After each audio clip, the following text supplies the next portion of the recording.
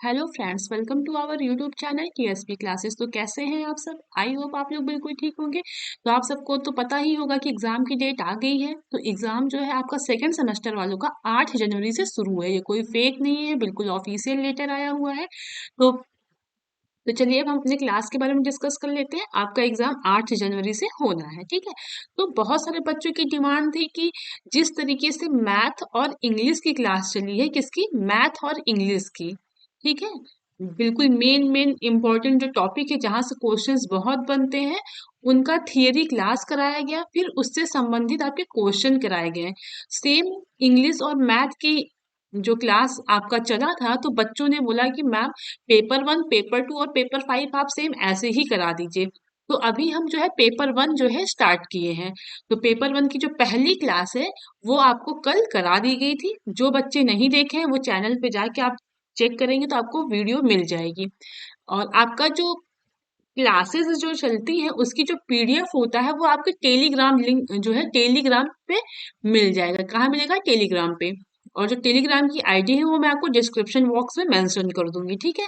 तो चलिए अब हम अपने क्लास को स्टार्ट करते हैं। ये इन्फॉर्मेशन थी मेन कि जो मैराथन क्लास आपकी चल रही है, बाकी सब चल चुका है। अभी आपका पेपर 1 इस समय चल रहा है। उसके बाद आपका पेपर 2 चलेगा, फिर पेपर 5 चलेगा। आपकी जो क्लासेस है वो 4 दिन में आपको कंप्लीट करा दी जाएंगी, ताकि आप अच्छे से पढ़ के फिर उसके बाद जब एक हफ्ता एग्जाम को बचे तो आप सिर्फ सेल्फ स्टडी करिए, ठीक है। तो चलिए अब हम क्लास को स्टार्ट करते हैं। देखिएगा ये पेपर 1 का आपका पार्ट 2 है। क्या है? ये आपका पार्ट 2 है, ठीक है। एक बात और ध्यान रखिएगा, इसका जो पीडीएफ है वो आपको टेलीग्राम पे मिल जाएगा। कहाँ पे मिलेगा? टेलीग्राम पे मिलेगा, ठीक है। कल की जो क्लास हुई थी उसका पीडीएफ मैंने अपलोड कर दिया है। आज जैसे ही ये क्लास खत्म होगा उसके बाद आप टेलीग्राम चैनल पे जाएंगे तो आपको सारी जो आपकी ये पीडीएफ है वो मिल जाएगी। तो चलिए अब हम क्लास को स्टार्ट करते हैं, देखते हैं क्वेश्चन क्या है हमारा। पहला क्वेश्चन है, प्रयोजनवाद के किन्हीं 4 गुण व उनके दोषों का उल्लेख कीजिए। यानी प्रयोजनवाद के गुण भी पूछा है और दोष भी पूछा है। तो पहले हम क्या पढ़ेंगे? प्रयोजनवाद के गुण क्या है। तो पहला गुण हम देखते हैं क्या है। प्रयोजनवाद भौतिक दृष्टिकोण प्रदान करता है। यानी जो आपका प्रयोजनवाद है वह भौतिक दृष्टिकोण प्रदान करता है। इस प्रकार प्रयोजनवाद बालकों को व्यवहारिक जीवन हेतु तैयार करता है। आपका जो प्रयोजनवाद का गुण है वो पहला गुण क्या है कि आपका जो प्रयोजनवाद है वह क्या करता है? भौतिक दृष्टिकोण प्रदान करता है। कैसा दृष्टिकोण? भौतिक दृष्टिकोण प्रदान करता है। और इस प्रकार जो है प्रयोजनवाद क्या करता है? बालकों को व्यवहारिक जीवन हेतु तैयार करता है।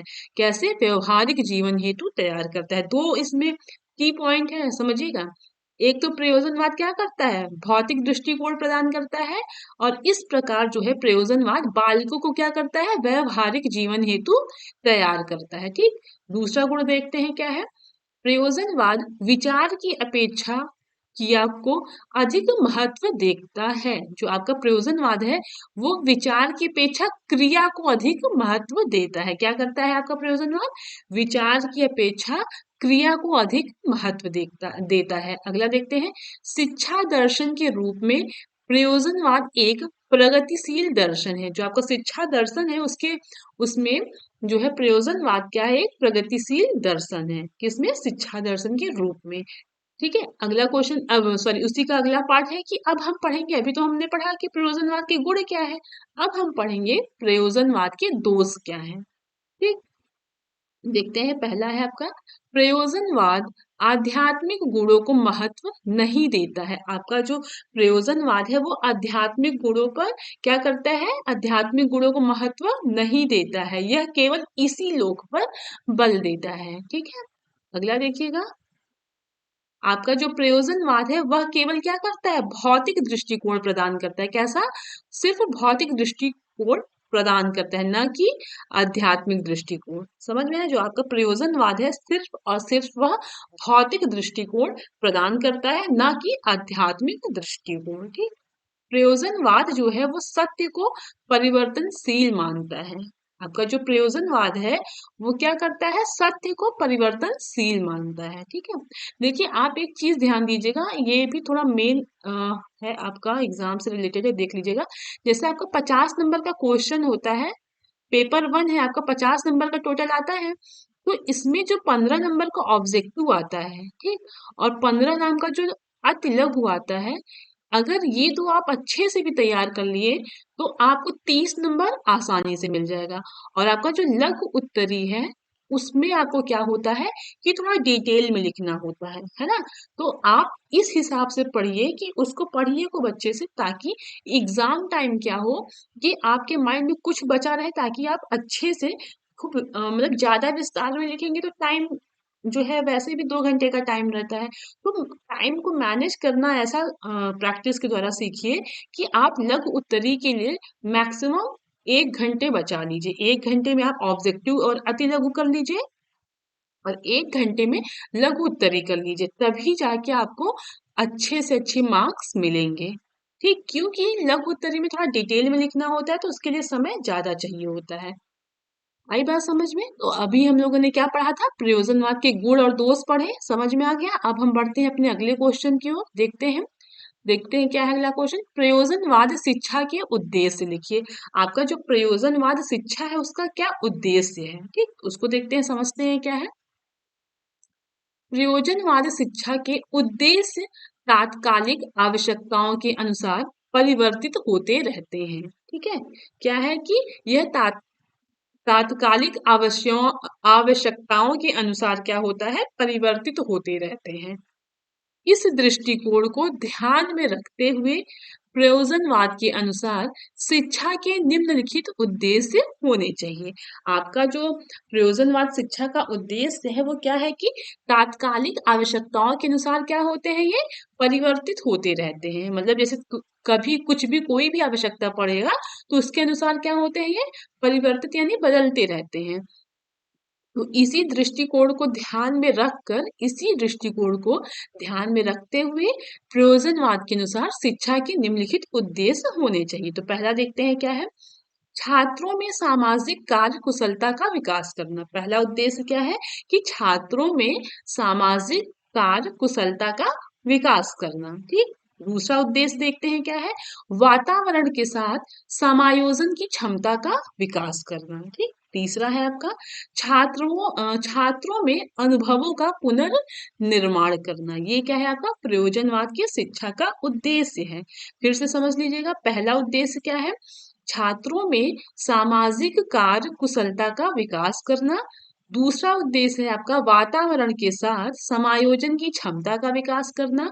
और आपका जो तीसरा उद्देश्य है वो है छात्रों में अनुभवों का पुनर्निर्माण करना। ठीक, और फिर देखते हैं अगला है आपका चौथा उद्देश्य, उपयोगी निर्देशन प्रदान करना। ठीक, अगला है छात्रों में सत्यान्वेषण की योग्यता विकसित करना। ठीक, अगला है आपका उपयोगी निर्देशन प्रदान करना। फिर आपका अगला है लौकिक आनंद की प्राप्ति करना, जन जनतंत्रात्मक आदर्शों का विकास करना। फिर लचीले व गतिशील मस्तिष्क का विकास। अगला है नवीन आदर्शों तथा मूल्यों का सृजन करना। ये टोटल आपका 10 उद्देश्य यहाँ पे लिखाया गया है। अब ऐसा नहीं है, ये क्वेश्चन आपको लघु उत्तरी में ही पूछेगा, अति लघु में नहीं पूछता है, लघु उत्तरी में ही पूछता है। उद्देश्य वाले क्वेश्चन जो होते हैं वो ज्यादातर लघु उत्तरी में ही पूछा जाता है। अब देखिए यहाँ पे आपको 10 उद्देश्य लिखाए गए हैं। इसका मतलब ये नहीं है कि आप 10 का 10 याद करें। आपको जो भी लाइन इजी लग रही हो, सरल लग रही हो, जो आपको याद करने में या पढ़ने में सरलता हो, उन्हीं को आप 4-5 क्या करिए, याद कर लीजिए। उसके बाद अगर आप क्वेश्चन में लघु उत्तरी में 4 उद्देश्य भी लिख देते हैं तो एग्जामिनर आपको 2 नंबर का दे देगा। ठीक है, क्योंकि आपके पास टाइम भी उतना ही रहता है कि आप हर क्वेश्चन के लिए मैक्सिमम इतना मतलब कि टाइम दे कि ताकि सारा क्वेश्चंस कवर हो जाए। तो अगर आप 4-5 मैक्सिमम 5 उद्देश्य लिखते हैं तो भी सही है, और मतलब 4 से 5 उद्देश्य आप लिखेंगे तो सही है। 5 से ज्यादा लिखने का कोई मतलब नहीं है। क्यों? क्योंकि टाइम का जो है वहां पे वेस्टेज हो जाएगा। ठीक, उतना लिखिए ताकि एग्जाम आपको फुल मार्क्स देने में बिल्कुल कंजूसी ना करे। ठीक, अब अगला क्वेश्चन हम देखते हैं क्या है आपका। आदर्शवाद व प्रकृतिवाद के शैक्षिक उद्देश्यों की तुलना कीजिए। क्या करना है कि आदर्शवाद के शैक्षिक उद्देश्य और प्रकृतिवाद के शैक्षिक उद्देश्य की तुलना करना है। तो सबसे पहले हम आदर्शवाद का जो है देख लेते हैं। ठीक है, पहले हम देखते हैं कि आदर्शवाद शिक्षा के क्या उद्देश्य हैं, उसके बाद हम प्रकृतिवाद की शिक्षा के उद्देश्य देखेंगे। पहला है आपका आदर्शवाद में शिक्षा का उद्देश्य कि मनुष्य को मनुष्य बनाना, यानी to make man a man, यानी मनुष्य को क्या करना, मनुष्य बनाना। ठीक है, ध्यान दीजिएगा, ये हम आदर्शवाद शैक्षिक उद्देश्य को पढ़ रहे हैं। देखिएगा, मानवोचित गुणों के अभाव में मनुष्य मनुष्य नहीं रह पाता है, अतः आध्यात्मिक शक्ति का ज्ञान मनुष्य के लिए आवश्यक है। ठीक है, अगला देखते हैं। आत्मानुभूति का उद्देश्य, यानी ऑब्जेक्टिव ऑफ सेल्फ रियलाइजेशन। आत्मानुभूति का उद्देश्य क्या है देखते हैं। आत्मानुभूति का अर्थ है आत्मा का ज्ञान हो, अतः शिक्षा का उद्देश्य प्रत्येक व्यक्ति में उचित शिक्षा के माध्यम से सामाजिक गुणों का विकास करना है। यही क्या है आपका आत्मानुभूति का उद्देश्य। अगला हम देखते हैं, आध्यात्मिक विकास करना। ठीक है, आदर्शवाद के अनुसार शिक्षा का उद्देश्य बालक को आध्यात्मिक दृष्टि से विकास करना है। शिक्षक को चाहिए कि वह बालक को आध्यात्मिक रूप से विकसित करें। ठीक, अब देखिए, ये अगर क्वेश्चन पूछा है तो आप क्या करेंगे, अगर आप इतना ज्यादा लिखेंगे तो क्या होगा, बहुत टाइम जाएगा। तो आप इसको शॉर्टकट में भी क्या कर सकते हैं, लिख सकते हैं। ठीक है, जैसे अभी देखिए ये सब क्या चल रहा है, पूरा आपका यहाँ तक जो है वो आदर्शवाद का ही चल रहा है, फिर यहाँ से आपका क्या चल रहा है, प्रकृतिवाद। तो आप उसको क्या कर सकते हैं कि ऐसे एक लाइन खींच दीजिए, यहाँ आदर्शवाद कर दीजिए, यहाँ प्रकृतिवाद कर दीजिए। ठीक, तो आप यहाँ आदर्शवाद का जो भी उद्देश्य है उसको लिख दीजिए और प्रकृतिवाद का जो भी उद्देश्य है आप यहाँ लिख दीजिए। इससे क्या होगा, टाइम मैनेज होगा और आप सारे के सारे आंसर कम समय में जो है ज्यादा से ज्यादा आप एग्जामिनर को अपने मतलब कहने का मतलब ये कि कम शब्दों में ज्यादा आंसर देने का आप पूरा भरपूर उसमें लिख के आप नंबर अचीव कर सकते हैं। देखिएगा, आध्यात्मिक विकास करना, उसके बाद है सत्यम शिवम तथा सुंदरम को विकसित करना। यानी देखिएगा, आध्यात्मिक जगत की उन्नति के लिए सत्यम शिवम तथा सुंदरम जैसे चिरंतन मूल्यों को विकसित करना परम आवश्यक है। ठीक, अगला देखते हैं, सांस्कृतिक संपत्ति की रक्षा, विकास तथा हस्तांतरण। ठीक है, आदर्शवादियों के अनुसार धर्म, नैतिकता, कला, साहित्य, गणित, विज्ञान आदि के द्वारा मनुष्यों को नैतिक, मानसिक तथा कलात्मक कार्यों को विकसित किया जाता है। ठीक, अब हम पढ़ते हैं प्रकृतिवादी शिक्षा के क्या उद्देश्य। अभी तो हम लोगों ने क्या पढ़ा, जो है आदर्शवादी पढ़ा है, फिर से एक बार देख लेते हैं। अच्छा, ये देखिए, अगर आप ये पढ़ लेंगे मनुष्य को मनुष्य बनाना, ठीक, ये तो आप मेन मेन हेडिंग याद कर लिया करिए। उसके बाद एग्जाम में क्या किया करिए कि इसको आप मेन लिखा करिए और इसके अंदर आप इससे संबंधित जो पढ़े हुए हैं उसको आप लिख सकते हैं, क्योंकि एग्जामिनर का जो मेन फोकस होता है वो आपका हेडिंग पे रहता है कि हाँ बच्चे ने किस तरीके से जो है प्रेजेंट किया है। अगर आप ये लिख दिए कि मनुष्य को मनुष्य बनाना, तो वो समझ जाएगा कि हाँ बच्चा जो है इतना जानता है। फिर आपका ये अंदर का जो होता है ना वो ज्यादा फोकस नहीं करेगा, फिर आपका ये मेन मेन पॉइंट पे ही फोकस करेगा। तो चलिए देखते हैं फिर से आदर्शवाद का जो शिक्षा का उद्देश्य क्या है। तो पहला उद्देश्य है आपका मनुष्य को मनुष्य बनाना। दूसरा उद्देश्य क्या है, आत्मानुभूति का उद्देश्य। ठीक, पीडीएफ अगर आपको भेजा जाएगा तो आप इसको एक दो बार पढ़ लीजिएगा और इन चीजों को तो बिल्कुल याद कर लीजिएगा। ठीक, इनको याद कर लीजिए, इनको आप अपने से लिख लीजिएगा। तीसरा है आपका आध्यात्मिक विकास करना। ठीक, चौथा है आपका सत्यम शिवम तथा सुंदरम को विकसित करना। ठीक, पांचवा है आपका सांस्कृतिक संपत्ति की रक्षा, विकास तथा हस्तांतरण। अब हम पढ़ेंगे प्रकृतिवादी शिक्षा के मुख्य उद्देश्य इस प्रकार हैं कि पहला है आपका उचित सहज संबद्ध क्रियाओं का निर्माण। क्या है आपका उचित सहज संबद्ध क्रियाओं का निर्माण। ठीक, इसमें देखिएगा शिक्षा के उद्देश्य पर प्रकाश डालते हुए रॉस ने अत्यंत स्पष्ट शब्दों में लिखा है कि व्यवहारवादी शब्दों में शिक्षा का उद्देश्य संबद्ध सहज क्रियाओं की स्थापना करना होना चाहिए। ठीक। दूसरा देखिएगा, अनुशासन के क्षेत्र में दमन का विरोध। ठीक। तीसरा है आपका प्रजातीय एकता की प्राप्ति। ये सब आपका क्या है, प्रकृतिवादी शिक्षा के उद्देश्य हैं। अगला है आपका अनुभव प्रधान पाठ्यचर्या पर बल। क्या है ये चौथा, अनुभव प्रधान पाठ्यचर्या पर बल। अगला देखिएगा, जीवन संघर्ष के लिए तैयार करना। ठीक। छठवां है आपका मूल प्रवृत्तियों का शोधन, और क्या ये मार्गांतीकरण और समन्वय। ठीक। ये जो है आपका क्या है, प्रकृतिवादी शिक्षा के मुख्य उद्देश्य है। फिर से देख लेते हैं। पहला उद्देश्य है आपका उचित सहज संबंध क्रियाओं का निर्माण। दूसरा है आपका अनुशासन के क्षेत्र में दमन का विरोध। ठीक। अगला है प्रजातीय एकता की प्राप्ति। चौथा देखिएगा अनुभव प्रधान पाठ्यचर्या पर बल। ठीक। फिर पांचवा है आपका जीवन संघर्ष के लिए तैयार करना। छठवां है आपका मूल प्रवृत्तियों का शोधन व मार्गांतीकरण और समन्वय। ये था आपका आदर्शवाद और प्रकृतिवाद में के शिक्षा के उद्देश्य में अंतर। अब आप एक काम ये कर सकते हैं कि एक तरफ आप ऐसे लिख दीजिए आदर्शवाद के उद्देश्य। ठीक। आदर्शवाद शिक्षा के उद्देश्य समझ लीजिएगा, ये उद्देश्य कर दें। ठीक। और इधर क्या कर दीजिए, प्रकृतिवाद की शिक्षा के उद्देश्य। इधर जितने आदर्शवाद के उद्देश्य हैं वो लिख दीजिए, इधर आपके प्रकृतिवाद के जितने उद्देश्य हैं वो लिख दीजिए। तो यही दोनों में क्या हो जाएगा, आपका अंतर हो जाएगा। ठीक। यहाँ जो मेन मेन है वही लिख दीजिए। एग्जामिनर बिल्कुल जो है प्रभावित ही हो जाएगा ऐसे आंसर से। ठीक। अब हम देखते हैं, आपका ये सब अति लघु में पूछा जाता है। और एक बात और ध्यान दीजिएगा, ये जो आपकी 3 क्लास है पेपर 1 का, 3 क्लास अगर बच्चा कोई भी बच्चा अच्छे से पढ़ लेता है तो वो बहुत अच्छे मार्क्स ले आ सकता है। ऐसा नहीं कि वो सिर्फ पासिंग मार्क्स ले आएगा, वो बहुत ही अच्छे मार्क्स लेके आएगा। ठीक। क्योंकि इस नोट्स को बनाने के पीछे हम लोगों की बहुत सारी मेहनत है कि कम टाइम में, ठीक, कम चीजों में फिर भी बच्चों को ज्यादा से ज्यादा चीज प्रोवाइड कर दी जाए। हर चीजें आपको फ्री में मिलेंगी। आपको पीडीएफ के लिए कुछ भी पेड नहीं करना पड़ेगा। आप हमारे टेलीग्राम चैनल से ऐड हो जाइए और आपको वहां पे फ्री पीडीएफ प्रोवाइड कर दी जाएगी। ठीक है। चलिए अगला क्वेश्चन देखते हैं। प्रयोजनवाद किसे स्वीकार नहीं करता है। अभी हम लोगों ने पीछे पीछे पढ़ा था।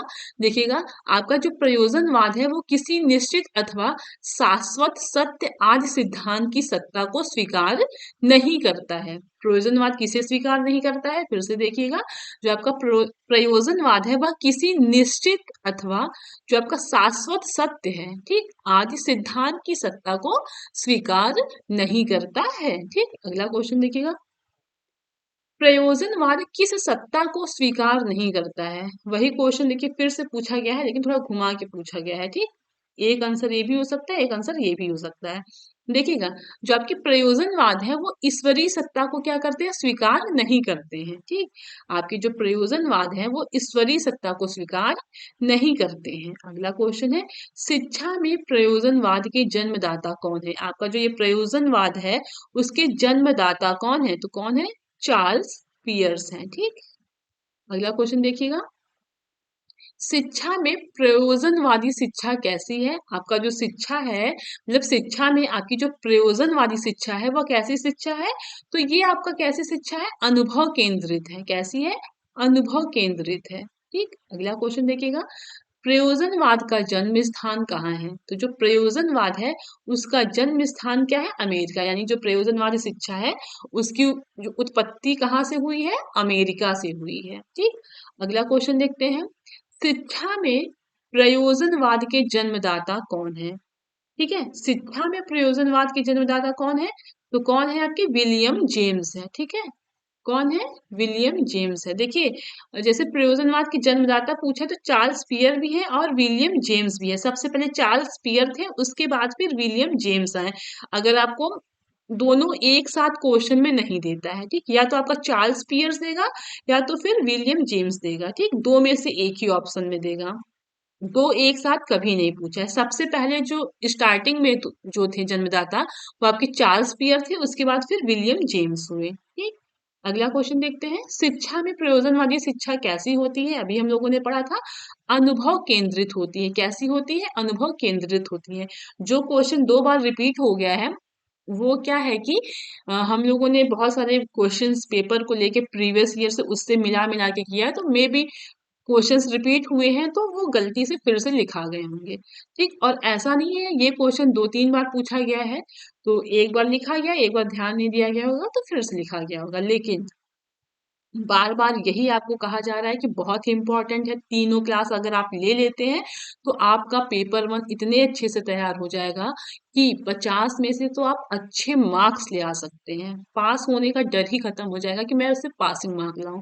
तीन क्लासेस आप बहुत अच्छे से कर लीजिए। अच्छे से करने का मतलब ये है कि आप उसको अच्छे से पढ़िए। ठीक है, सिर्फ देखने से काम नहीं चलेगा, उस चीज को अच्छे से पढ़ लीजिए, चीजें एकदम क्लियर हो जाएंगी। उसके बाद आप अपनी बुक से या तो फिर सरल से जैसे रिवीजन करना हो वैसे आप कर सकते हैं। अगला क्वेश्चन हम देखते हैं, शिक्षक और शिक्षार्थी के संबंध में टैगोर के विचार संक्षेप में लिखिए। ठीक। शिक्षक यानी टीचर और स्टूडेंट के बीच में जो संबंध होता है, उसमें जो है रविंद्रनाथ टैगोर जी के क्या विचार है उसको संक्षेप में लिखना है। टैगोर यानी रविंद्रनाथ टैगोर। ठीक।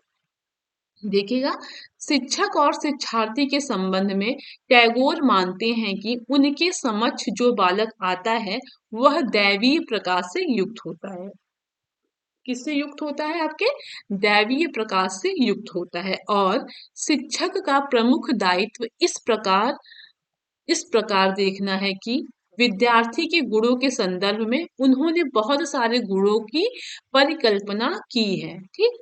जिनमें से कुछ प्रमुख गुण इस प्रकार हैं, यानी व्यवहार में विनम्रता, नियमों का अनुपालन व्यवस्था तथा स्वच्छता में रुचि। ठीक है। निंदनीय, असभ्य व दोषपूर्ण बातों से दूर रहना, व्यक्तिगत व सामाजिक जीवन में अनुशासन बनाए रखना, उच्च अभिलाषा, सौंदर्य के प्रति लगाव, शांति व साधना आदि। ये क्या है आपका शिक्षण और शिक्षार्थी के संबंध में टैगोर के विचार हैं। अगला क्वेश्चन देखते हैं, महात्मा गांधी की शैक्षिक विचारधारा को स्पष्ट कीजिए। देखते हैं महात्मा गांधी की क्या विचारधारा है।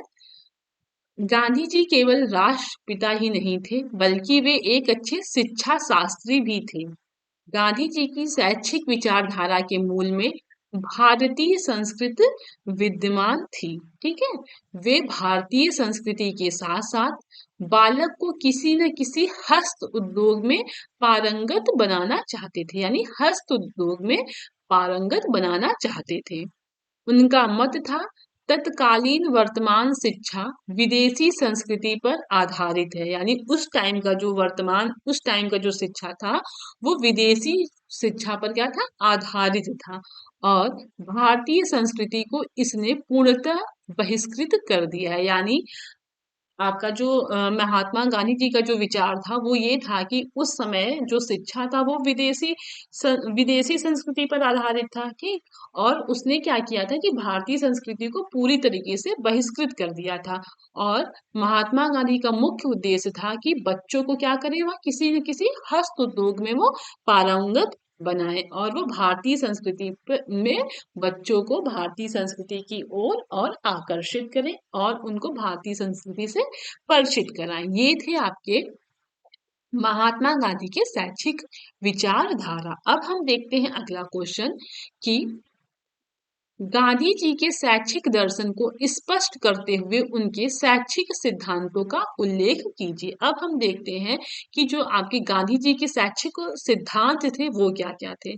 तो गांधी जी के शिक्षा दर्शन के आधारभूत सिद्धांत, पहला है आपका 7 से 14 वर्ष तक के बालकों के लिए निशुल्क और अनिवार्य शिक्षा की व्यवस्था की जानी चाहिए। ठीक। पहला सिद्धांत क्या था कि 7 से 14 वर्ष तक के बालकों के लिए निशुल्क और अनिवार्य शिक्षा को जो है व्यवस्था की जानी चाहिए। ठीक। अगला था आपका शिक्षा का माध्यम क्या हो? मातृभाषा होना चाहिए। ठीक। बालक की शिक्षा में अंग्रेजी को कोई स्थान नहीं दिया जाना चाहिए, यानी अंग्रेजी का कोई प्लेस ना हो। ठीक। उनको मातृभाषा का माध्यम होना चाहिए। अगला है साक्षरता को शिक्षा नहीं कहा जा सकता है। ठीक, अगला शिक्षा का उद्देश्य बालक में मानवीय गुणों का विकास करना होना चाहिए। ठीक, अगला है शिक्षा बालक की समस्त शक्तियों का विकास है। ठीक, फिर अगला देखिएगा बालक की शिक्षा किसी लाभप्रद दस्तकारी से प्रारंभ की जानी चाहिए। अगला है आपका शिक्षा किसी उत्पादन उद्योग के माध्यम से दी जानी चाहिए। अब देखिएगा आपका शिक्षा गांधी जी के द्वारा जो शिक्षा दर्शन या शिक्षा के जो भी सिद्धांत है उसको लिखना था। तो यहाँ पे टोटल 8 सिद्धांत है, लेकिन अब एग्जाम में क्या आपको ये 8 के 8 थोड़ी नहीं लिखने हैं। आप इसमें से जो आपको लगे कि हाँ ये सरल है, ये जल्दी याद हो सकता है, उसमें से 4 या 5 आप छांट लीजिए। ठीक, और उसी चीज को बार बार रिवाइज करिए। तो आप अगर 4 या 5 सिद्धांत लिख देते हैं तो भी आप एग्जामिनर आपको 2 में से 2 फुल मार्क्स देगा ही। इस तरीके से स्ट्रेटजी बना के अगर आप पढ़ेंगे तो ही आप सक्सेस हो पाएंगे। अब ये कहिए कि आप एक तरफ से पूरा सरन रटना स्टार्ट कर देंगे तो उससे कुछ नहीं होने वाला है। ठीक है, क्योंकि सरन भी आपका बुक का ही एक भेद है। उसमें मैंने देखा है कि क्वेश्चन पूछा कुछ है और आंसर उसमें कुछ, क्या पूरा डिटेल ही लिख दिया है। ठीक, अब हम देखते हैं अगला क्वेश्चन है शिक्षा से संबंधित महात्मा गांधी के तात्कालिक एवं सर्वोच्च उद्देश्य बताइए। आपके जो महात्मा गांधी थे उनकी शिक्षा से संबंधित तात्कालिक और सर्वोच्च उद्देश्य कौन कौन से थे, यानी सबसे ज्यादा सर्वोच्च यानी ऊंचा उद्देश्य कौन था। उसके पहला देखते हैं क्या है। पहला है आपका जीविका उपार्जन का उद्देश्य। ठीक, गांधी जी चाहते थे कि बालक अपनी शिक्षा समाप्त करके इस योग्य हो जाए कि वह अपनी जीविका स्वयं चला सके। गांधी जी ने ये कहा, उनका पहला उद्देश्य ये था कि जीविकोपार्जन का उद्देश्य, यानी गांधी जी चाहते थे कि बालक अपनी जब शिक्षा समाप्त समाप्त कर ले तो शिक्षा समाप्त करने के बाद वह इस योग्य हो जाए कि वह अपनी जीविका क्या करे, समय स्वयं चला सके। यानी शिक्षित होने के बाद या शिक्षा प्राप्त करने के बाद वह किसी न किसी व्यवसाय या जो है उद्योग में लग जाए ताकि वह क्या करे, अपनी जीविका स्वयं चला सके। ठीक है, दूसरा है आपका सांस्कृतिक उद्देश्य। इसमें क्या है देखिएगा, शिक्षा एक शिक्षा का एक दूसरा उद्देश्य ये था कि बालक की संस्कृति को प्रोत्साहन देना होना चाहिए। यानी गांधी जी का जो दूसरा उद्देश्य था वो था कि बालक को संस्कृति के लिए क्या करना चाहिए, उसको प्रोत्साहित करना चाहिए। ठीक है, गांधी जी का विश्वास था कि शिक्षा का सांस्कृतिक पक्ष साहित्यिक पक्ष से अधिक महत्वपूर्ण है। ठीक, अगला देखिएगा जो तीसरा है आपका, वो था शारीरिक मानसिक तथा आध्यात्मिक विकास। तो गांधी जी के अनुसार शिक्षा का जो तीसरा उद्देश्य था वो था बालक की शारीरिक मानसिक और आध्यात्मिक शक्तियों का विकास करना। ठीक, चौथा था आपका चरित्र का निर्माण करना, पांचवा था आपका मुक्ति दिलाना और छठवां था आपका आत्मानुभूति। ठीक, ये था आपका जो है महात्मा गांधी के तात्कालिक एवं सर्वोच्च उद्देश्य। अब हम बढ़ते हैं अगले क्वेश्चन की ओर। देखिएगा, समझिएगा, गीजू भाई की उपलब्धियां संक्षेप में बताइए तथा गीजू भाई के अनुसार बाल केंद्रित शिक्षा अधिगम कार्यक्रम की अवधारणा क्या है। तो पहले समझते हैं गीजू भाई की उपलब्धियां क्या है। तो देखिएगा, गीजू भाई एक शिक्षाविद, शैक्षिक प्रयोगकर्ता, बाल शिक्षण संस्था के संस्थापक और शिक्षा एवं बाल साहित्य के प्रणेता के रूप में यशस्वी लेखक व चिंतक ही नहीं अपितु वे शिक्षण पत्रिका का संपादन कर एक प्रख्यात पत्रकार भी थे। ठीक, फिर से समझिएगा, आपके जो गीजू भाई बधिका हैं वो क्या थे, शिक्षाविद भी थे, शैक्षिक प्रयोगकर्ता भी थे। ठीक, बाल शिक्षण संस्था के संस्थापक भी थे, शिक्षा एवं बाल साहित्य के प्रेरता के रूप में क्या थे, यशस्वी लेखक भी थे। ठीक, और चिंतक मतलब वह चिंतक ही नहीं, मतलब ये सब तो थे ही अपितु वे क्या थे, शिक्षण पत्रिका का संपादन भी करते थे। ठीक, और वो क्या थे, एक प्रख्यात पत्रकार भी थे। गीजू भाई ने शिक्षा से संबंधित 14 पुस्तकें लिखी हैं। कितनी, 14 पुस्तकें लिखी हैं। इनकी पुस्तकों का नाम पूछा भी जाता है, एक तो द्विस्वप्न हो गया, एक भाषा शैली करके है, अभी आगे पढ़ेंगे। ठीक है, अब हम देखते हैं बाल केंद्रित शिक्षा से क्या है। बाल केंद्रित शिक्षा अधिगम कार्यक्रम, अभी जो गीजू भाई बधिका से संबंधित है वही हम पढ़ रहे हैं। देखिएगा, गीजू भाई ने बाल दर्शन में कहा है कि हमारे जीवन में सुख की प्रफुल्ल और प्रसन्न खिलती हुई कली क्या है? बालक है। गीजू भाई ने क्या कहा है कि जो बाल दर्शन में कहा है, यानी जो इनकी बुक है बाल दर्शन, उसमें ये कहे हैं कि हमारे जीवन में जो सुख की प्रफुल्ल और प्रसन्न खिलती हुई कली है वो क्या है? बालक है। ठीक है। बालक का अर्थ क्या है? मूर्तिमंत गति अल्प विराम नहीं है, बल्कि क्या है? बालक में तो बुद्धि, भावना तथा समझ होने के कारण मनुष्य की क्या है? बराबर है। यानी बालक जैसे बच्चे होते हैं, तो बच्चे क्या है? बड़े आदमियों के क्या है? बराबर है। इसमें कहा गया है कि बालक में तो बुद्धि भी होती है, भावना भी होती है, समझ होने के कारण जो है वह बड़े मनुष्य के बराबर है। ठीक है। अतः वह अपने प्रारंभिक ज्ञान को, जिज्ञासा को प्रबल करता है। ठीक, उसका जो प्रारंभिक ज्ञान है, जो जिज्ञासा होता है, उसको क्या करता है? और स्ट्रांग करता है और प्रबल करता है।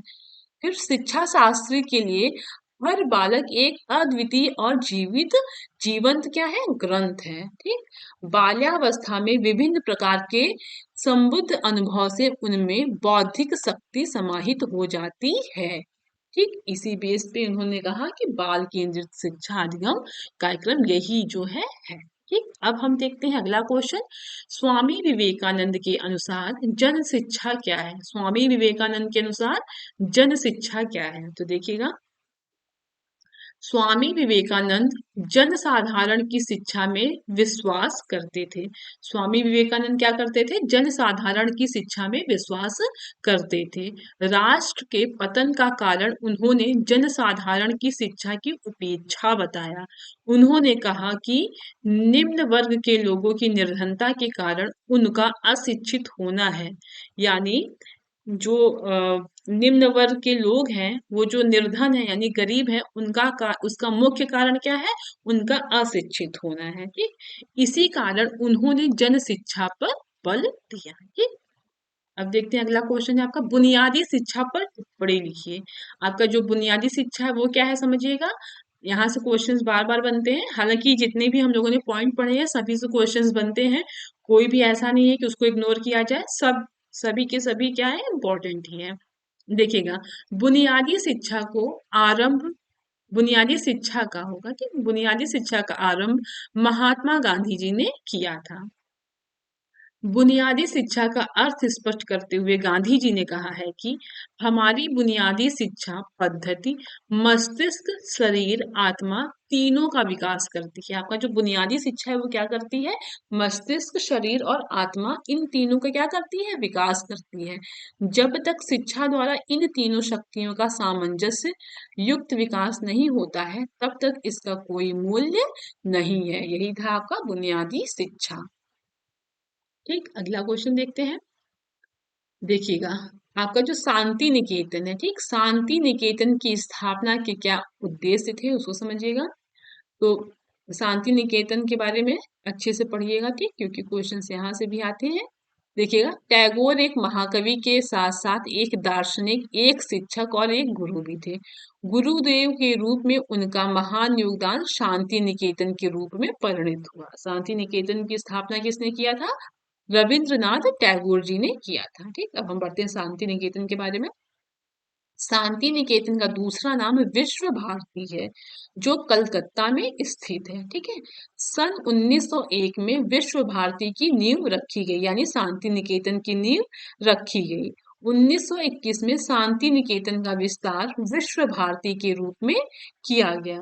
ठीक, अब देखिएगा, जो आपका शांति निकेतन है वो क्या है? विश्व भारती एक आवासीय विद्यालय है। ठीक है, कैसा विद्यालय है? आवासीय विद्यालय है, जहाँ सह शिक्षा की व्यवस्था है।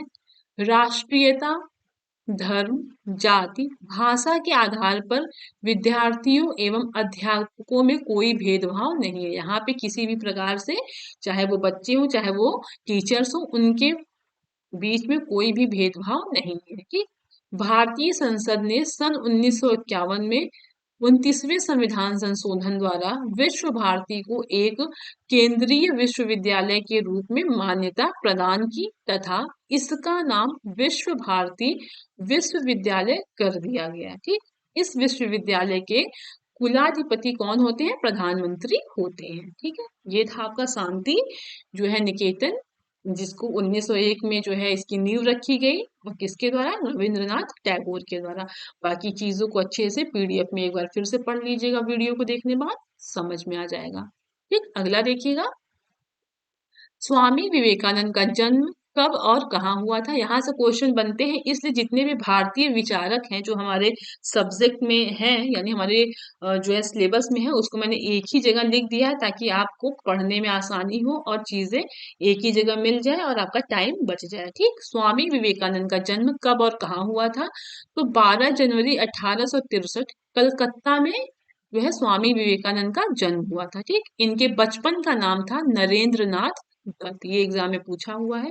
अगला है आपका, रविंद्रनाथ टैगोर जी का जन्म कहाँ हुआ था? तो 7 मई 1861 को कोलकाता में रविंद्रनाथ टैगोर जी का जन्म हुआ था। ठीक, महात्मा गांधी का देखिएगा, इनका जन्म 2 अक्टूबर 1869 में काठियावाड़ के पोरबंदर में हुआ था। ठीक, और फिर डॉक्टर राधा कृष्णन का देखते हैं। डॉक्टर राधाकृष्णन का जन्म 5 सितंबर 1988 तमिलनाडु के तिरुतुनी में हुआ था। किसका? राधा कृष्णन जी का। अब देखिएगा, गीजू भाई बधेका जी का जन्म 15 नवंबर 1885 को चित्तर यानी सौराष्ट्र में हुआ था। ठीक, अब हम देखते हैं अगला क्वेश्चन। देखिएगा, ये आपका कथन है। ठीक है, सच्ची शिक्षा वही है जो छात्रों में व्यक्तित्व का विकास कर उनमें आत्मज्ञान, नागरिक दायित्व, जनतंत्र में आस्था, अहिंसा, एकता व भाईचारा जैसी भावनाओं को उत्पन्न करती है। यह विचार किसका है? तो यह विचार किसका है? महात्मा गांधी जी का है। ठीक, देखिएगा अगला क्वेश्चन, किस शिक्षा शास्त्री ने अपने शिक्षण प्रणाली में विद्यालय को बाल भवन कहा है? कौन से ऐसे शिक्षा शास्त्री हैं जिन्होंने क्या कहा है? विद्यालय को बाल भवन कहा है। तो किसने कहा है? गीजू भाई बधेका जी ने कहा है। ठीक, अगला क्वेश्चन है, बुनियादी शिक्षा का जन्मदाता कौन है? तो बुनियादी शिक्षा का जन्मदाता महात्मा गांधी जी हैं। ठीक, अगला क्वेश्चन है आपका, टैगोर को किस धारणा में विश्वास था? जो रविन्द्रनाथ टैगोर हैं उनको किस धारणा में विश्वास था? तो रविंद्रनाथ टैगोर जी को सत्यम शिवम अद्वैत की धारणा में विश्वास था। उन्होंने ईश्वर को सर्वोच्च माना, सर्वोच्च क्या माना? सर्वोच्च मानव माना, और वे क्या थे? अद्वैतवादी थे। ठीक है, अगला क्वेश्चन देखिएगा, पौंडीचेरी में किस महान शिक्षा शास्त्री ने आश्रम की स्थापना की? आपका जो पौंडीचेरी है वहां पे कौन से महान शिक्षा शास्त्री हैं जो वहां पे क्या किए? आश्रम की स्थापना की है। तो कौन सा है? कौन है वो? सॉरी, कौन है? श्री अरविंद घोष है।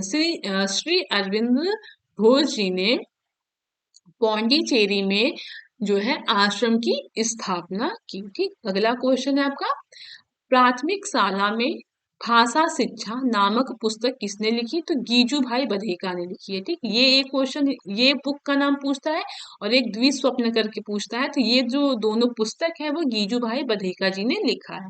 ठीक, अगला क्वेश्चन देखते हैं, शिक्षण में आत्म उदाहरण, अनुसरण, निर्देशन, अभ्यास व चिंतन का समावेश कर भिन्न भिन्न पद्धतियों को अपनाने पर किस शिक्षाविद ने बल दिया है? तो किसने दिया है?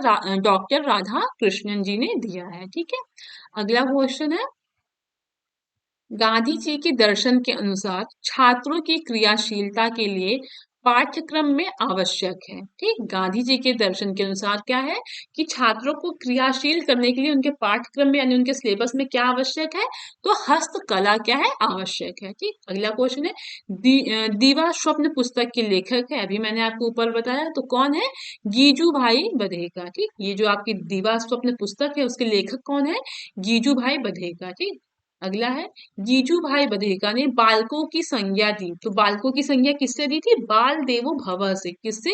बाल देवो भवः से। ठीक, अगला क्वेश्चन, गीजू भाई शिक्षा को मानते थे। तो जो गीजू भाई है वो शिक्षा को बाल केंद्रित मानते थे। क्या मानते थे? बाल केंद्रित मानते थे। ठीक, अब अगला क्वेश्चन देखते हैं, रूसो की निषेधात्मक शिक्षा क्या है? यानी रूसो की जो निषेधात्मक शिक्षा है वो क्या है, उसको हम पढ़ेंगे। देखिएगा, रूसो ने अपनी शिक्षा सिद्धांतों में एक ऐसी विचारधारा को जन्म दिया है जिसे निषेधात्मक शिक्षा के नाम से जाना जाता है। यानी रूसो ने अपनी शिक्षा सिद्धांतों में से एक ऐसी विचारधारा को जन्म दिया है जिसे हम निषेधात्मक शिक्षा के नाम से जानते हैं। ठीक, रूसो के अनुसार बालक को प्रथम निषेधात्मक शिक्षा दी जानी चाहिए।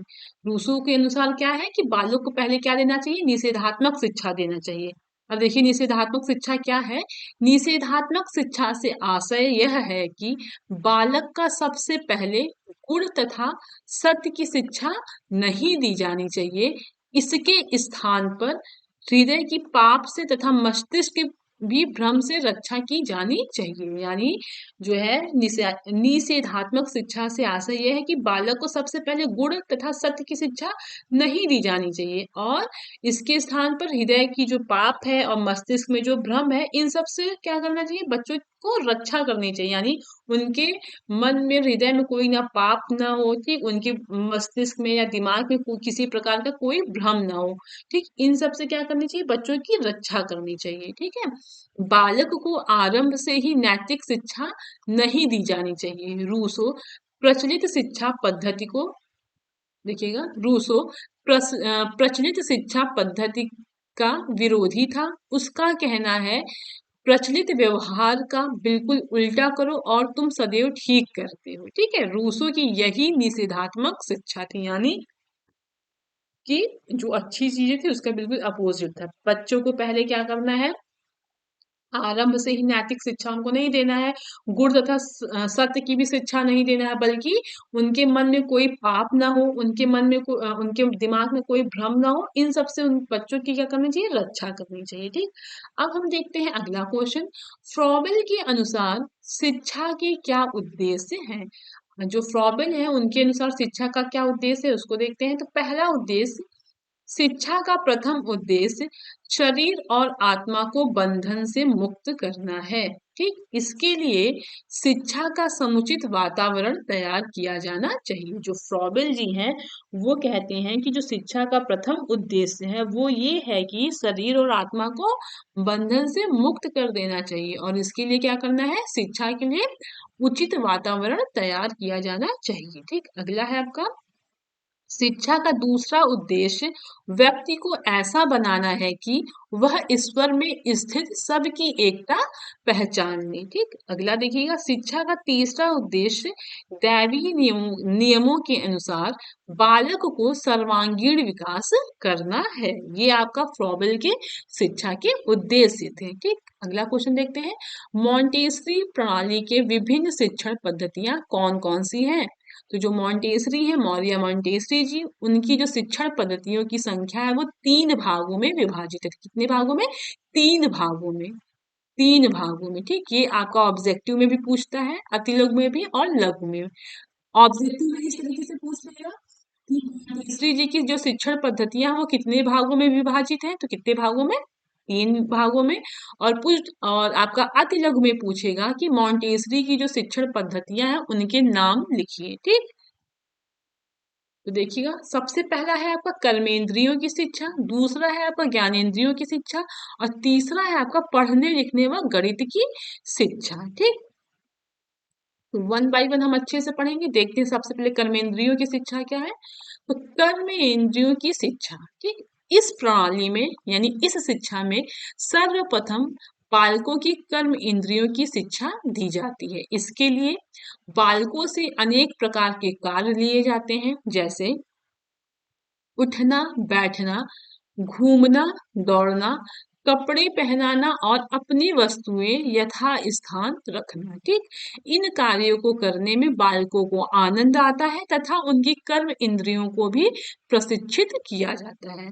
मारिया मोंटेसरी जी के जो पहला है वो है कर्मेंद्रियों की शिक्षा। इसमें उनका मानना है कि जो है सबसे पहले बच्चों को कर्म इंद्रियों की शिक्षा दी जानी चाहिए। इसमें क्या होता है कि बालकों से अनेक प्रकार के कार्य कराए जाते हैं, जैसे उठना हो गया, बैठना हो गया, घूमना दौड़ना, स्वयं से कपड़े पहनना। ठीक, अपनी सामान को, अपनी वस्तुओं को जहां से वो उठाए वो वहीं पे रखे। ठीक, इन सब से क्या होगा कि बच्चों को यह कार्य करने में आनंद आएगा और उनकी जो कर्मेंद्रियां हैं वो भी क्या होंगी, प्रशिक्षित हो जाएंगी। ठीक, सेकंड देखते हैं, ज्ञानेंद्रियों की शिक्षा, इसमें क्या होता है, मॉन्टेसरी इंद्रिय अनुभव ही बालक की शिक्षा का मुख्य आधार मानती है।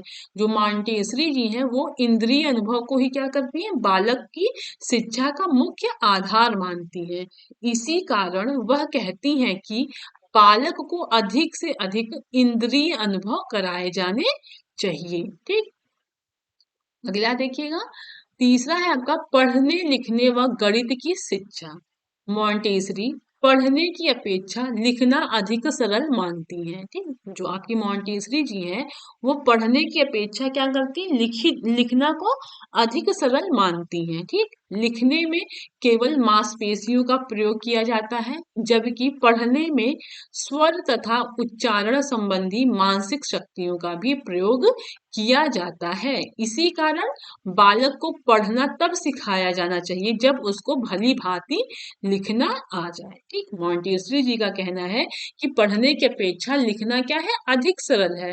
लिखने में क्या होता है कि सिर्फ मांसपेशियों का प्रयोग किया जाता है, यानी जब हम लिखेंगे तो हमारे हाथ की जो मांसपेशियां हैं उनका प्रयोग होगा, लेकिन जब हम पढ़ेंगे, जब पढ़ने में क्या होता है, स्वर उच्चारण संबंधी क्या होता है, मानसिक शक्तियों का भी प्रयोग किया जाता है।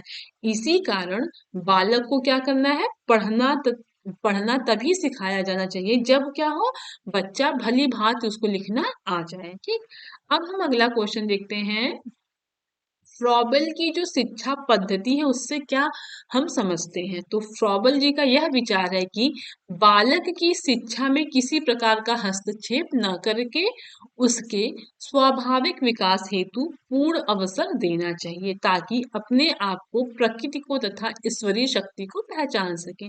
फ्रॉबेल का जो शिक्षण पद्धति है उसमें उन्होंने साफ साफ यह कहा है कि बालक को, ठीक, बालक जो शिक्षा ले रहा है, जो बालक की जो भी शिक्षा है, ठीक, उसमें किसी भी प्रकार का हस्तक्षेप न करके क्या करें कि उसके स्वाभाविक विकास हेतु उसको पूरा का पूरा अवसर दे, ताकि क्या करे, वह अपने आप को, प्रकृति को तथा ईश्वरीय शक्ति को क्या करे, वह पहचान सके। कहने का मतलब ये है कि फ्रॉबेल जी का कहना है कि बालकों को पढ़ते टाइम उसमें कोई भी इंटरफेयर ना करे।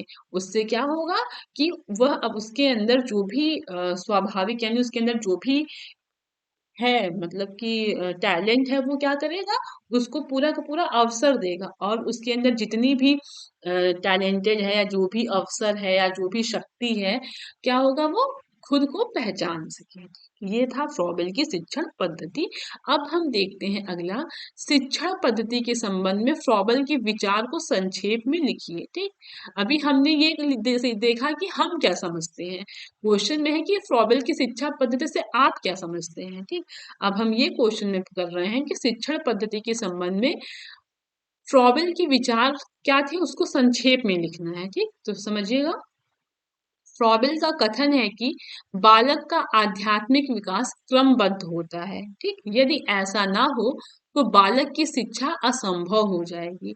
उसके अनुसार शिक्षा ऐसी होनी चाहिए जिसकी सहायता से बालक स्वयं, प्रकृति, मानव जाति एवं ईश्वर को क्या करे, पहचान सके। ठीक, फिर फ्रॉबेल पाठशाला को बाग मानते थे, शिशु को पौधा मानते थे और शिक्षक को माली मानते थे। ठीक, ये क्वेश्चन बहुत बार पूछा गया है।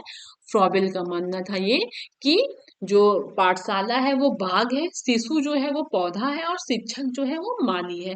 कहने का मतलब है जिस तरीके से जो माली होता है अपने बाग में पौधों को अच्छे से देख रेख करता है, उसी तरीके से शिक्षक जो होता है वो अपने शिशु को क्या करता है, अच्छे से पाठशाला में देख रेख करता है। ठीक, अगला क्वेश्चन है आपका, शिक्षा के क्षेत्र में जॉन डीवी का क्या योगदान है, उसको समझते हैं हम। तो जॉन ड्यूवी के अनुसार शिक्षा एक सामाजिक प्रक्रिया है।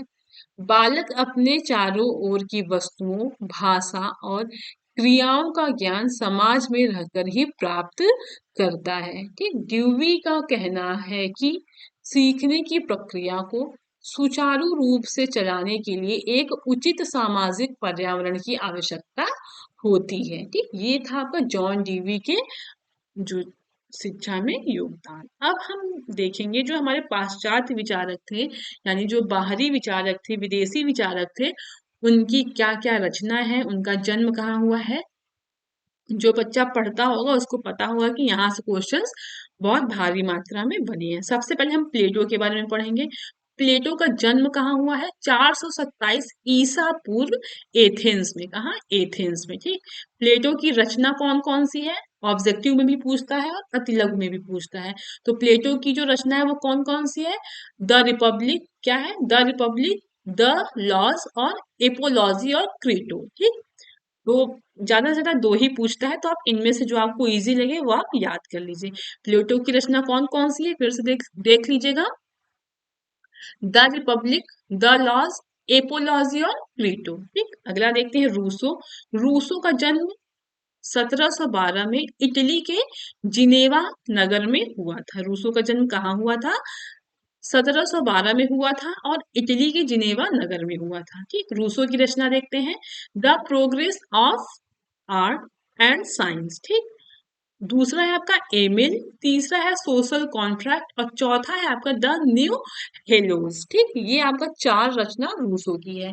रूसो की दो रचना पूछा गया है, एक एमिल के बारे में पूछा गया है और एक सोशल कॉन्ट्रैक्ट के बारे में पूछा गया है। तो फिर से देखिएगा, रूसो की रचना the progress of art and science, दूसरा है एमिल, तीसरा है सोशल कॉन्ट्रैक्ट और चौथा है द न्यू हेलोस। ठीक। इसीलिए मैंने सभी का रचना एक पास लिख दिया, ताकि एक साथ रहेगा तो आप जब याद करेंगे तो आपको कंफ्यूजन नहीं होगा। ठीक। अलग अलग लिखने में प्रॉब्लम होती। अब देखिए जॉन ड्यूवी का देखते हैं। जॉन ड्यूवी का जन्म कहाँ हुआ था? 1859 में बर्लिंगटन में हुआ था। ठीक। और जॉन ड्यूवी की जो फेमस रचना है, जो बार बार पूछा जाता है एग्जाम में, वो है डेमोक्रेसी एंड एजुकेशन। ठीक। कंफ्यूजन तो नहीं होगा। प्लेटो की रचना क्या है? The republic, the laws, apology और क्रीटो। और रूसो की रचना है the progress of art and science, दूसरा है आपका एमिल, तीसरा है सोशल कॉन्ट्रैक्ट और चौथा है द न्यू हेलोस। ठीक। जॉन ड्यूवी की जो रचना है वो है डेमोक्रेसी एंड एजुकेशन। अब हम देखते हैं फ्रॉबेल का जन्म कहाँ हुआ था? 1782 में हुआ था। फ्रॉबेल की जो बुक है वो है मानव की शिक्षा। पहला क्या है? मानव की शिक्षा और मदर एंड प्ले सॉन्ग। ये जो दो पुस्तक है वो किसकी है? फ्रॉबेल की है। ठीक। और फ्रॉबेल ने ही किंडरगार्टन स्टार्ट किया था, वो भी कब? 1839 में। अगला क्वेश्चन है मारिया मॉन्टेसरी का जन्म कहाँ हुआ था? तो 1870 में हुआ था, इटली में हुआ था। ठीक है। अगला क्वेश्चन है विद्यालय प्रकृति की गोद में स्वतंत्र एवं खुले वातावरण में हो, यह विचार किसका है? तो यह विचार जो है रूसो जी का है। ठीक। अगला क्वेश्चन देखते हैं छात्रों को गतिविधि या उदाहरण के माध्यम से पाठ पढ़ाते समय ही व्याकरण शिक्षा सहायता से पढ़ाने की वकालत किसने की है? तो किसने की है? जॉन डेवी जी ने की है। ठीक। अगला क्वेश्चन है मानव की शिक्षा नामक पुस्तक के रचयिता कौन है? अभी हम लोगों ने पीछे पढ़ा था कि जो मानव की शिक्षा नामक पुस्तक है उसके रचयिता जो है वो कौन है? फ्रॉबेल है। ठीक। अगला क्वेश्चन है फ्रॉबेल की किन्हीं दो प्रमुख रचनाओं के नाम लिखिए। तो पहला है आपका एजुकेशन ऑफ मैन और दूसरा है आपका मदर एंड प्ले सॉन्ग। ठीक। अगला क्वेश्चन प्लेटो द्वारा स्थापित संस्था का नाम? तो प्लेटो द्वारा जो स्थापित संस्था है उसका नाम एकेडमी है। अगला क्वेश्चन है फ्रॉबेल द्वारा किस शिक्षण विधि का प्रतिपादन किया गया है? तो किस शिक्षण विधि का किया गया है? किंडरगार्टन का। और किंडरगार्टन आपका 1839 में शुरू किया गया था। किसके द्वारा? फ्रॉबेल के द्वारा। अगला क्वेश्चन है शिक्षा के व्यक्तित्व और सामाजिक उद्देश्यों का समन्वय आवश्यक है, यह कथन किसका है? तो यह कथन प्लेटो जी का है। ठीक। अगला क्वेश्चन है प्रोजेक्ट शिक्षण विधि के जन्मदाता कौन है? तो जॉन ड्यूवी जी हैं। ठीक। अगला क्वेश्चन है सच्ची शिक्षा वह है जो व्यक्ति के अंदर से प्रस्फुटित होती है और यह अंतर्निहित शक्तियों की अभिव्यक्ति है, यह कथन किसका है? रूसो जी का है। ठीक है। अगला टॉपिक देखते हैं हम। देखिएगा ये क्वेश्चन बार बार पूछा जाता है मारिया मॉन्टेसरी की शिक्षा पद्धति का उल्लेख कीजिए। ठीक। तो पहला उद्देश्य है आपका छात्रों को भावी जीवन के लिए तैयार करना। ठीक। अगला है छात्रों में शांति, सेवा धर्म एवं मानवता की शिक्षा तथा नैतिकता का विकास करना। ठीक। अगला है छात्रों को सर्वप्रथम प्रकृति के सानिध्य में रखकर उनके पर्दापण की समुचित जानकारी करना। ठीक। चौथा है आपका छात्रों में समायोजन की क्षमता को विकसित करके नवीन परिस्थितियों में समायोजन स्थापित करने में सहायता प्रदान करना। ये है आपका मारिया तीसरी की शिक्षा पद्धति। ठीक, तो क्लास को अब यही एंड करते हैं। और अगर आप चैनल पे नए हैं तो चैनल को सब्सक्राइब कर लीजिएगा, लाइक करिएगा और इस वीडियो को ज़्यादा से ज़्यादा शेयर करिएगा ताकि जितने भी जो है बच्चे हैं वो पढ़ के अच्छे नंबरों से पास हो सके। और आपका ये जो पीडीएफ है वो टेलीग्राम आईडी पे मिल जाएगा। और टेलीग्राम से जुड़ने के लिए जो है चैनल पे भी आप जाके जुड़ सकते हैं, मैं डिस्क्रिप्शन बॉक्स में भी आपको मेंशन कर दूंगी। ठीक है, और वीडियो कैसा लगा कमेंट करके जरूर बताइएगा और एक लाइक तो सबके सब करेंगे ताकि समझ में आए कि हाँ आपको चीजें समझ में आ रही हैं। वीडियो को ज्यादा से ज्यादा शेयर करिएगा और अगर चैनल पे नए हैं तो चैनल को सब्सक्राइब करिएगा, बाकी बच्चों के साथ शेयर करिएगा, अपने कॉलेज के बच्चों के साथ शेयर करिएगा, जितने भी बच्चे बीटीसी कर रहे हैं उनके साथ शेयर करिएगा। चलिए फिर क्लास को यहीं एंड करते हैं, तब तक के लिए आप पढ़ाई करते रहिए बिल्कुल अच्छे से, टाइम वेस्ट नहीं करिए क्योंकि हमारे पास सिर्फ और सिर्फ 8 या 9 दिन ही बाकी हैं। ठीक, ओके, थैंक यू।